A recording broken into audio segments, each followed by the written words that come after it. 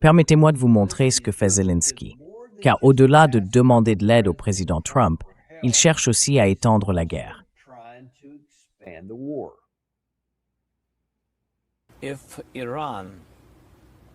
Si l'Iran, dès la première année de la guerre, a fourni de nouvelles armes et de nouvelles technologies à la Russie, c'était des drones Shahed. Ils ont fourni des milliers de ces drones dès la première année de la guerre. Puis ils ont accordé des licences. Qu'est-ce qu'ils ont fait? Est-ce qu'ils nous ont attaqués? Je pense que oui. Donc, ils l'ont déjà fait, mais nous devons être honnêtes. Les Iraniens et les Nord-Coréens nous ont déjà attaqués.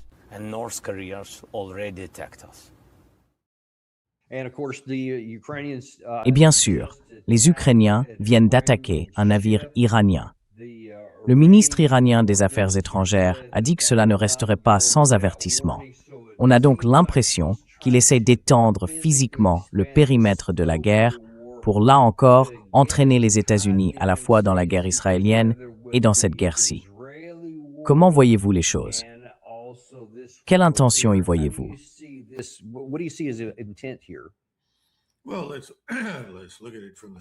Eh bien, regardons les choses du point de vue de Netanyahou et de Zelensky. Cela a parfaitement du sens. Netanyahou et Zelensky, c'est bonnet blanc et blanc bonnet. Il n'y a pas beaucoup de différence entre les deux. Et Zelensky dit en substance quelque chose que mon ami Marty Seif aime rappeler aux gens. Vous savez, Raymond Aron, le célèbre politologue français, disait « Les grands États font ce qu'ils veulent, les petits États font ce qu'ils doivent. » Eh bien, parfois, les petits États amènent les grands États à faire ce qu'ils veulent. Et en ce moment, Israël nous tient sous son contrôle et nous engage avec nos ressources, nos intérêts, nos forces armées, tout contre l'Iran. Maintenant, Zelensky s'est avancé et dit « Moi aussi, je veux engager toutes les ressources des États-Unis, leurs forces armées et les intérêts du peuple américain dans ma guerre contre la Russie, laquelle est de fait liée à la guerre de mon ami et camarade Netanyahou contre l'Iran. »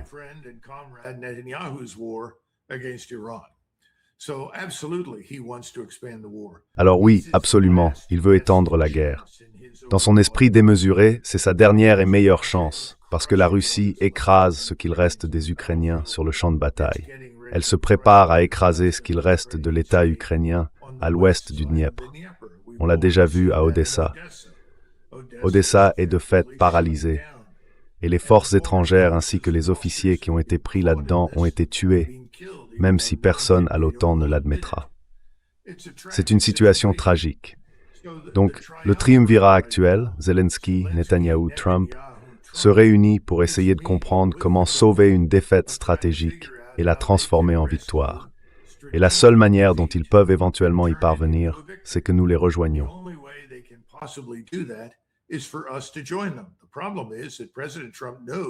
Le problème, c'est que le président Trump sait qu'il n'a ni les moyens ni les ressources pour le faire.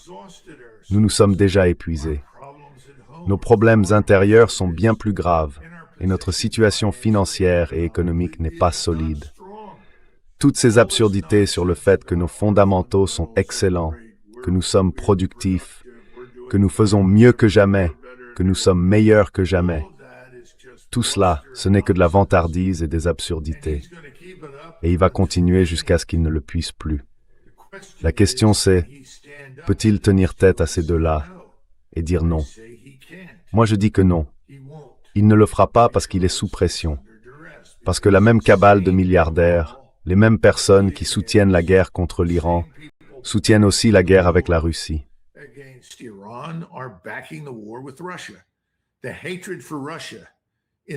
La haine de la Russie chez la cabale contre l'Iran est presque aussi forte que la haine que Netanyahou voue à l'Iran.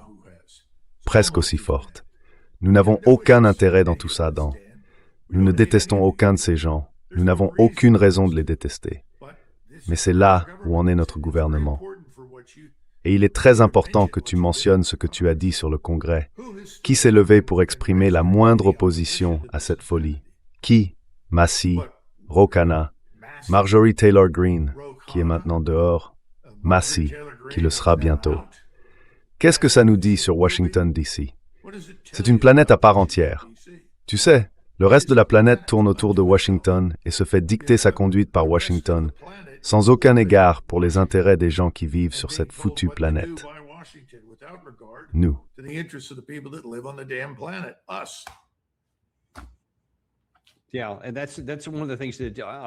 Oui, et c'est précisément l'une des choses qui, comme je viens de le souligner, m'agace énormément. Dans cette situation aussi, parce que nos actes ont des conséquences. C'est une chose si ça nous met simplement en colère et qu'on se demande pourquoi donnez-vous la priorité aux intérêts d'un autre pays. Mais un message est aussi envoyé à Moscou. Et au fait, je ne sais pas si certains de nos auditeurs l'ont entendu, mais ils ont quelques armes nucléaires. Le plus grand arsenal de la planète, et nous semblons l'ignorer. Mais le président Poutine, lui, n'ignore pas ce que nous disons. Et il a fait cette déclaration. Il a fait plusieurs déclarations ces derniers jours qui, à mon avis, ont reçu beaucoup trop peu d'attention en Occident, et certainement pas dans les médias grand public. Mais je voulais avoir votre avis sur plusieurs points. D'abord, nous allons voir ce qu'il dit sur l'avenir de l'Ukraine au vu de tous ces éléments, parce que selon lui, cela ne va pas se terminer dans l'état où les choses sont aujourd'hui.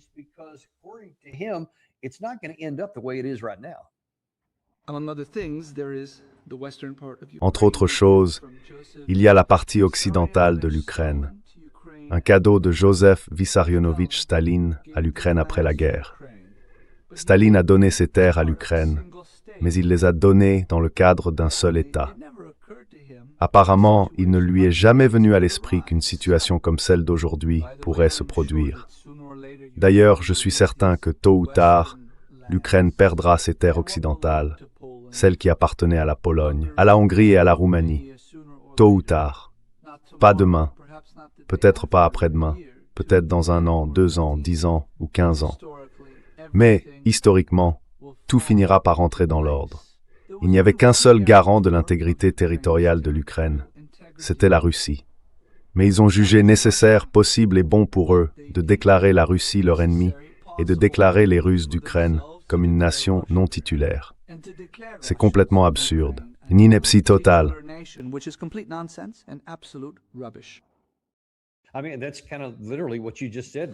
Je veux dire, c'est littéralement ce que vous venez de dire. Nous faisons de la Russie un ennemi alors qu'il n'est pas nécessaire d'en faire un ennemi. Mais je veux revenir au début de ce qu'il a dit, parce que 2 de ces affirmations doivent sembler complètement folles aux oreilles occidentales. On se dit, ça n'arrivera jamais. Il a dit que les territoires polonais, en jaune, tout à gauche ici, ainsi que la Roumanie et la Hongrie, dans la zone marron à gauche. La partie roumaine, ce sont ces 2 zones bleues qui sont historiquement roumaines et où vivent beaucoup de Roumains de souche. Il dit qu'à terme, ces territoires-là, et pas seulement la zone rouge à droite, là où vivent les Russes de souche, c'est essentiellement la Novorossia, vont finir sous contrôle russe.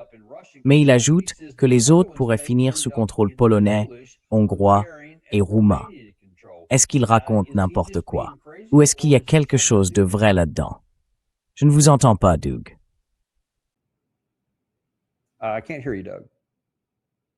C'est parti. Ryan, maintenant. Oui, d'accord. Non, il n'y a rien de délirant là-dedans. Il invoque quelque chose que nous, aux États-Unis, rejetons catégoriquement d'emblée, la vérité historique.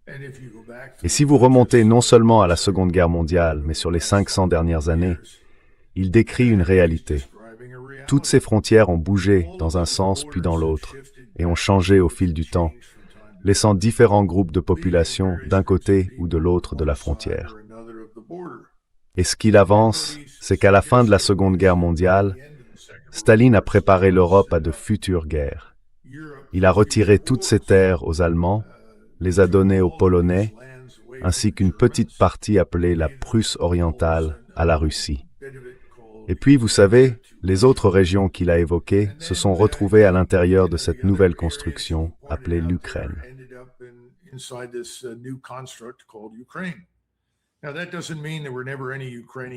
Cela ne veut pas dire qu'il n'y a jamais eu d'Ukrainiens. Il y a toujours eu une région appelée Ukraina, l'Ukraine. Ils ont toujours été un peu différents sur le plan de la langue, Et plus on va vers l'ouest, plus ils deviennent différents génétiquement. Mais l'essentiel, c'est que tout ce qu'il a dit est exact. Et la seule façon de régler réellement cette guerre, d'une manière qui a un sens, c'est de faire venir les pays qui bordent l'Ukraine et la Russie. Autrement dit, on se met autour de la table avec les Russes. Nous pourrions accueillir cela si nous étions ne serait-ce qu'un peu objectifs, mais ce n'est pas le cas. En revanche, les Allemands pourraient probablement le faire s'ils se débarrassaient de Merz et mettaient en place un vrai gouvernement allemand.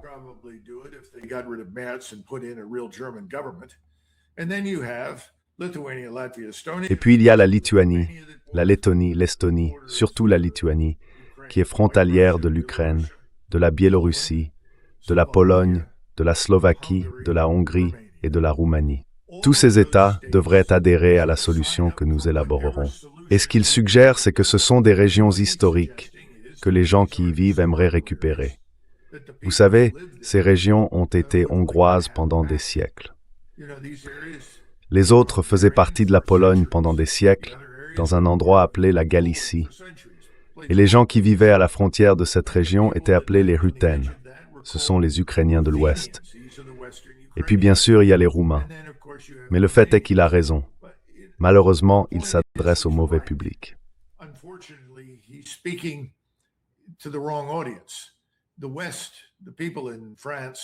Les Occidentaux, les Français, les gens à Paris, à Londres, à Berlin, moins à Berlin, mais certainement à Paris, à Londres et à Washington, ne savent rien de tout ça. Ils n'en savaient rien à Versailles, en 1919.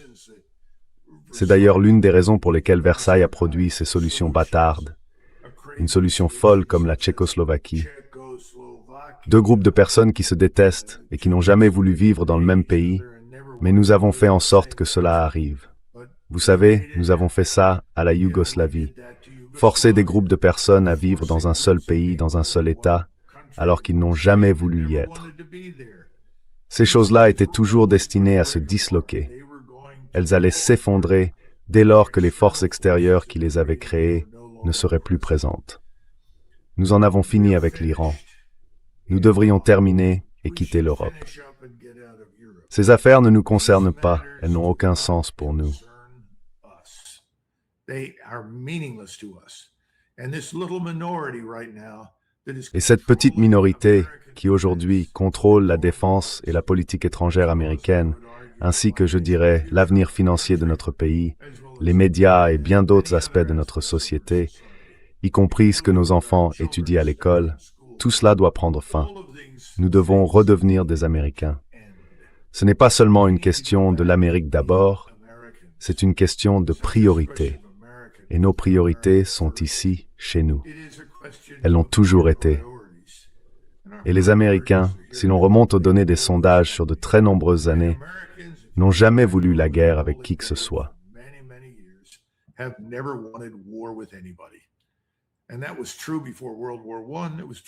Et c'était vrai avant la Première Guerre mondiale. C'était vrai avant la Seconde Guerre mondiale. C'était vrai avant et pendant la guerre de Corée. Et c'était certainement vrai après la guerre du Vietnam. Et nous n'avons pas retenu la leçon. À la place, nous avons trouvé des moyens de contourner le problème. Nous avons abandonné les talons or pour pouvoir imprimer autant d'argent que nous le voulions et financer tout ce que nous voulions faire d'une manière qui, pensions-nous, pouvait être cachée au peuple américain, puisqu'il n'y avait pas d'impôt de guerre. Autrement dit, comme vous le soulignez, il n'y avait aucune conséquence à nos actes. Et nous l'avons aussi fait pour pouvoir mettre sur pied ce qu'ils appellent une armée de volontaires.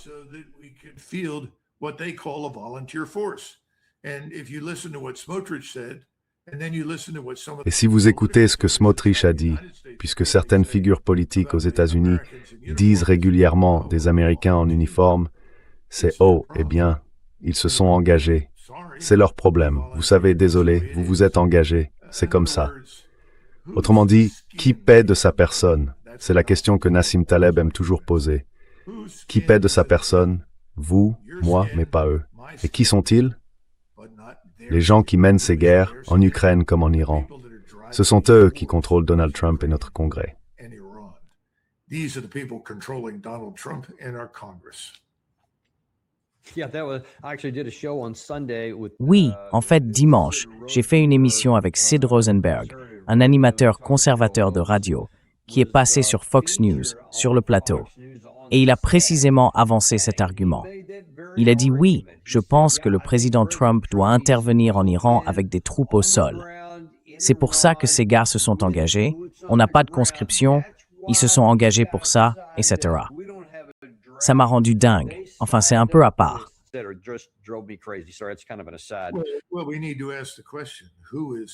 Eh bien, il faut se poser la question. Qui est Sid Rosenberg? Pourquoi Sid Rosenberg défend-il ses positions? À qui est-il lié? Sid Rosenberg fait partie d'une cabale plus vaste. Vous voyez, imaginez cette cabale comme une pieuvre, avec des tentacules qui s'étendent vers de nombreuses personnes dans tous les domaines de la vie américaine. La finance, les affaires, Hollywood, les médias et tout le reste. Et ces gens rendent compte et réagissent aux mêmes stimuli que Donald Trump et le Congrès. Je ne connais pas Sid Rosenberg. Je ne le reconnaîtrais même pas si je lui tombais dessus. Je suis sûr que c'est un type sympa.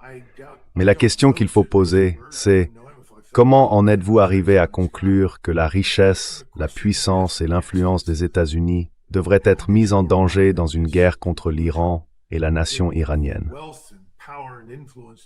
Qui a pris cette décision? Comment en est-on arrivé là? Pourquoi la soutenez-vous? Je pense que ça pourrait mal tourner, parce que je ne pense pas que le peuple américain, s'il était appelé à voter sur tout cela, soutiendrait quoi que ce soit de tout ça.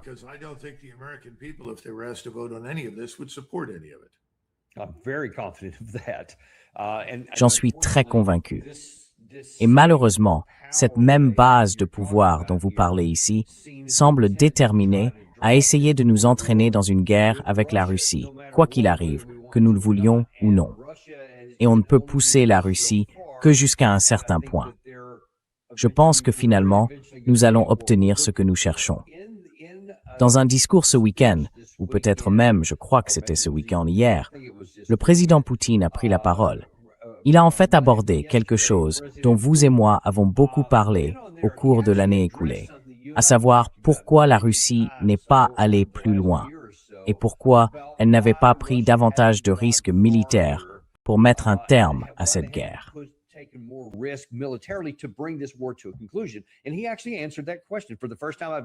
Et pour la première fois que j'ai jamais vu, il a vraiment répondu à cette question de manière assez détaillée.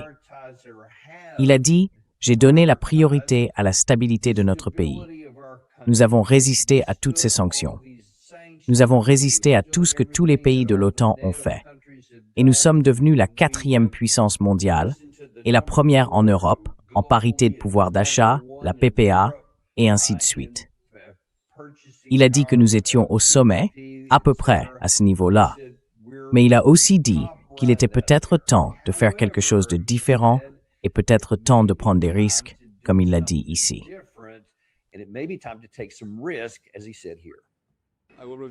Je vais vous révéler un secret. Mon collègue ne m'en voudra pas si je vous dis que pendant la cérémonie de remise des prix, l'un des lauréats m'a soufflé « Nous allons gagner. Nous devons être plus audacieux. » Je le veux vraiment.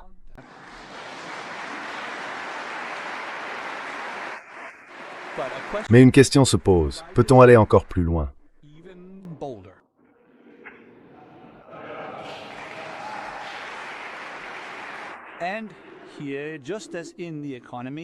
Et ici, tout comme dans l'économie, il y a des risques. Le prix à payer, ce sont des pertes sur le champ de bataille, de notre côté. Nous agirons donc aussi avec prudence, mais avec persévérance et constance, pour atteindre les objectifs fixés pour le pays. Et nous les atteindrons.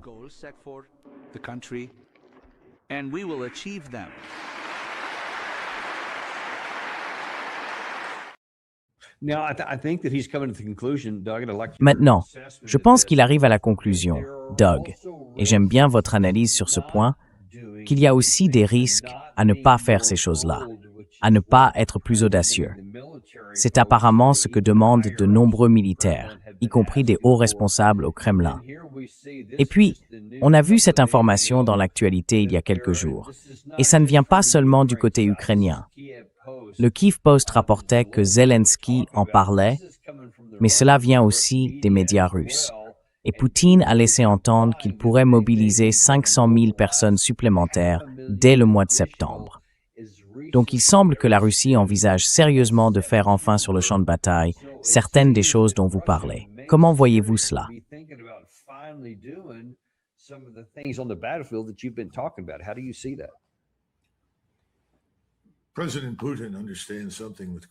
Le président Poutine comprend quelque chose avec une grande clarté, quelque chose que je pense le président Trump ou aucun de ses prédécesseurs probablement au cours des 30 dernières années n'a pleinement compris.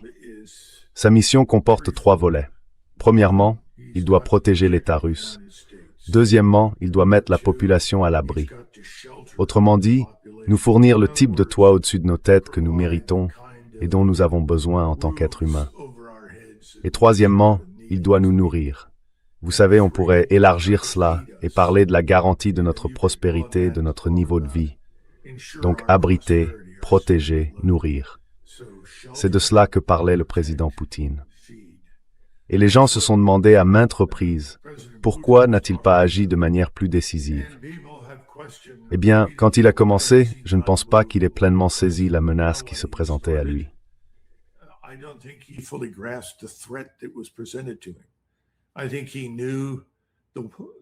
Je pense qu'il savait que l'Occident allait faire pression sur l'OTAN, et il essayait de s'y préparer.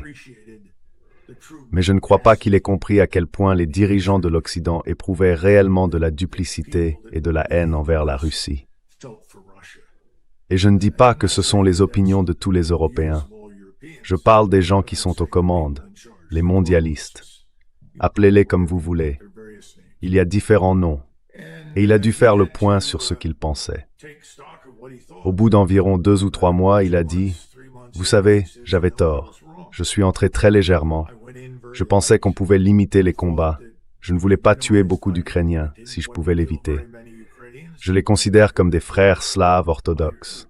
Et j'ai fait une erreur. » Et finalement, il s'est assis avec ses principaux officiers généraux et ils lui ont dit la vérité. Ça ne marchera pas.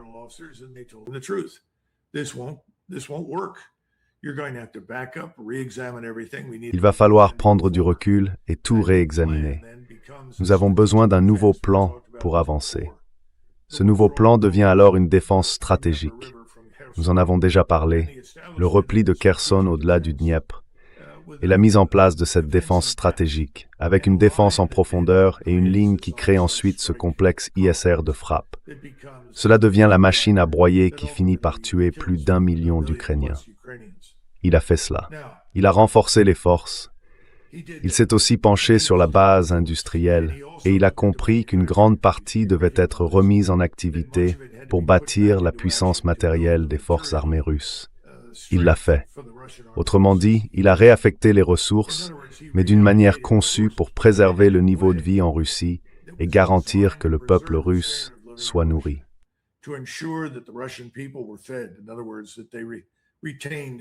Autrement dit, que les gens conservent un niveau de vie acceptable, que le peuple russe soit à l'abri et protégé. C'est très important. Et il est désormais arrivé à un point où il comprend qu'il a le pouvoir et la force nécessaires pour mener une guerre à grande échelle contre l'Ukraine. Car jusqu'ici, la guerre contre l'Ukraine était une opération militaire spéciale. Je pense que c'est aussi une raison pour laquelle Zelensky participe à la réunion avec Netanyahou et Trump. Parce que tout comme l'Iran s'est révélé bien plus fort et plus résilient, et capable de se rétablir bien plus vite que tout le monde ne le pensait, il en va de même pour la Russie. La Russie est aujourd'hui une puissance de premier plan dans le monde, comme Poutine l'a souligné dans son discours.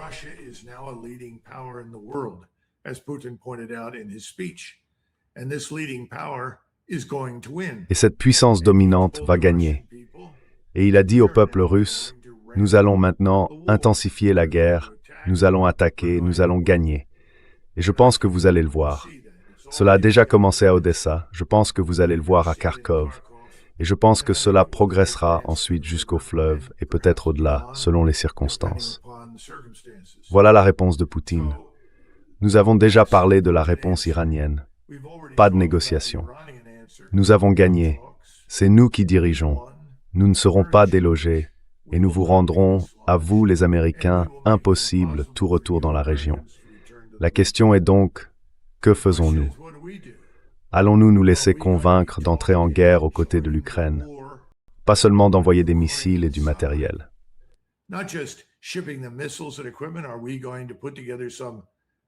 Allons-nous mettre sur pied une quelconque ridicule coalition de volontaires dont on parlait il y a plusieurs années, qui n'aurait pas la moindre chance de l'emporter face à la force russe qui existe aujourd'hui? Et je pense que ce que Poutine dit aussi, c'est que si vous choisissez de faire cela, nous serons prêts. Et si vous nous défiez, nous vous ferons la guerre que vous dites vouloir. Que Dieu vous vienne en aide. J'espère donc que le président Trump parviendra à démêler tout cela. J'espère que quelqu'un lui dira la vérité sur l'état réel de la guerre, aussi bien au Moyen-Orient qu'en Ukraine. Mais rien ne le garantit. Et nous ne savons toujours pas précisément pourquoi le président Trump est sous pression et se sent obligé d'obéir aux diktats de ces gens qui soutiennent non seulement Netanyahou, mais aussi Zelensky. Et Doug, supposons que les tendances que vous avez relevées dans ces deux guerres se confirment, que Netanyahou persuade Trump de frapper l'île de Kharg ou toute autre cible, ou simplement de recommencer à tenter l'impossible. Et que, je veux dire, même si nous ne nous engageons pas au sol en Ukraine, mais que nous continuons à soutenir ce pays, au point que la Russie finisse par avancer. Qu'est-ce que cela fera aux États-Unis si nous ne reconnaissons pas ces réalités dès maintenant, de notre propre chef, et que nous nous retrouvons entraînés plus profondément dans ces deux guerres? Est-il possible que nous soyons vaincus militairement, physiquement? Pas seulement une humiliation comme en Afghanistan ou au Vietnam, mais que nous perdions réellement un conflit quelque part.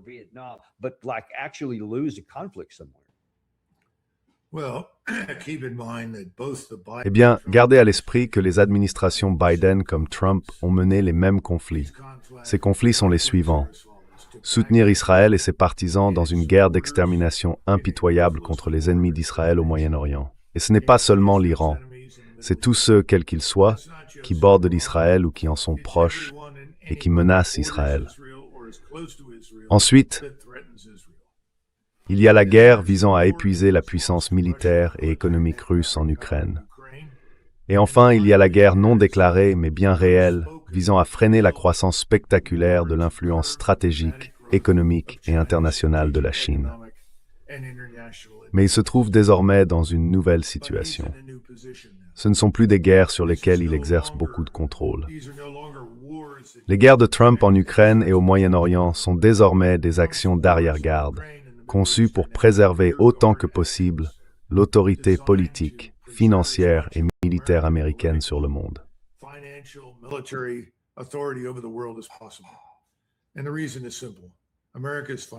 Et la raison est simple. Les moyens financiers, économiques et militaires de l'Amérique sont presque épuisés. Et c'est toute la tragédie de cette situation. Nous avons gaspillé une richesse immense, une puissance immense, une crédibilité et un prestige immenses dans ces entreprises vouées à l'échec. La décision intelligente, il y a longtemps, aurait été de limiter les pertes, de réduire son investissement et de se retirer. On pourrait penser qu'en tant qu'homme d'affaires, il comprendrait cela. Mais ce n'est pas le cas. Et je ne pense pas qu'il le comprendra. Je pense donc que les choses vont empirer considérablement. Et oui, nous allons être humiliés. Et lorsque nous partirons enfin, l'ampleur de notre défaite sera considérable. Et le reste du monde, qui comprend très clairement ce que je viens de dire, ne passera pas à côté.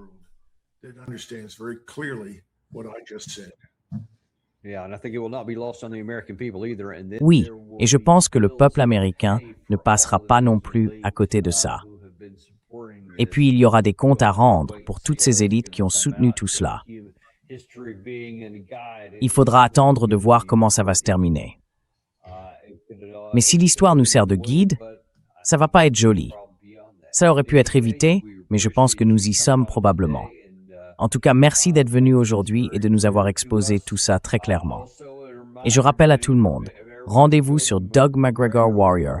www.substack.com. Vous y trouverez toutes sortes de choses, comme ce que vous voyez à l'écran juste là. Pourquoi l'armée américaine s'effondre-t-elle? Il y a beaucoup de très bonnes choses. Le Substack Warrior de Doug McGregor. Merci beaucoup d'être venu, Doug. Nous vous apprécions toujours. Merci, Ted. À bientôt dans le Daniel Davis Deep Dive. Vous savez, je n'essaie pas de vous convaincre d'acheter de l'or, ni de vous dire comment gérer votre portefeuille boursier. Mais il y a une façon de nous aider. Abonnez-vous, cliquez sur le bouton j'aime et partagez ceci avec quelqu'un que vous aimez. Hit that like button and share this with somebody you love.